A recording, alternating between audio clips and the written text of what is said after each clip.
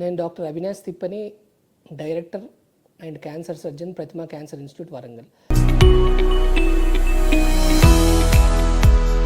So క్యాన్సర్కి సంబంధించిన లక్షణాలు ఏంటని చాలామంది అడుగుతుంటారు. సో ఒక 50 దాటిన వాళ్ళలో, మగవాళ్ళలో, ఆడవాళ్ళలో, సో మగవాళ్ళ గురించి వాళ్ళకి సంబంధించిన క్యాన్సర్ లక్షణాలు మాట్లాడుకుందాం, అలాగే ఆడవారి గురించి కూడా క్యాన్సర్ సంబంధించిన లక్షణాలు మాట్లాడుకుందాం.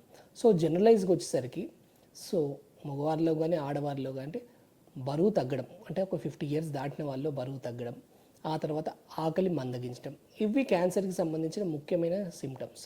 సో ఎవరికైనా లాస్ ఆఫ్ వెయిట్ కానీ లాస్ ఆఫ్ ఎప్టైట్ అంటే బరువు తగ్గినా లేకపోతే ఆకలి మందగించిన, చాలామంది ఇది క్యాన్సర్ అని అనుకోరు. ఏదో రెగ్యులర్గా ఏజ్ పెరుగుతుంది కాబట్టి ఆకలి బరువు తగ్గుతున్నామేమో అనుకోవచ్చు.